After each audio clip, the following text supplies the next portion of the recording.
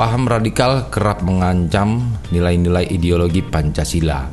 Karena itu, dalam upaya menangkal radikalisme, maka penghayatan terhadap nilai-nilai Pancasila perlu ditanamkan dan diterapkan dalam kehidupan berbangsa. Berdasarkan keputusan Presiden nomor 24 tahun 2016, Presiden Jokowi telah menetapkan 1 Juni sebagai hari lahir Pancasila. Pancasila sudah menjadi pilihan dan kesepakatan para pendiri negara sebagai ideologi dan falsafah hidup bangsa Indonesia yang majemuk.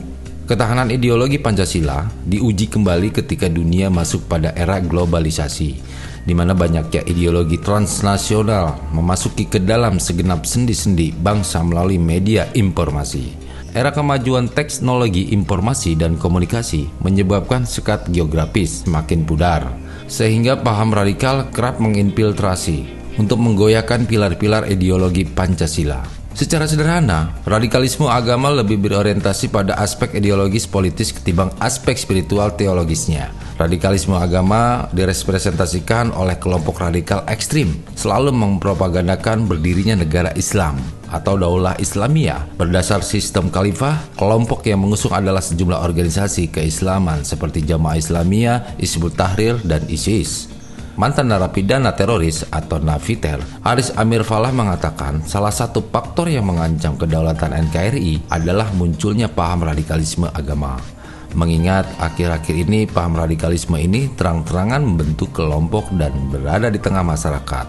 Munculnya radikalisme dalam bentuk pemikiran dan tindakan sebenarnya sudah ada jauh sebelum Indonesia merdeka.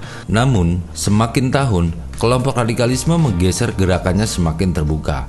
Mereka melakukan dakwah dalam wadah JAD, JAT, MMI, dan kelompok lainnya.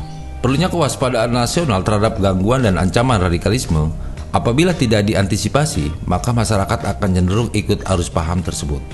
Sedangkan ideologi asli bangsa Indonesia sendiri, yakni Pancasila, akan terlupakan baik nilai-nilainya maupun implementasinya dalam kehidupan sehari-hari.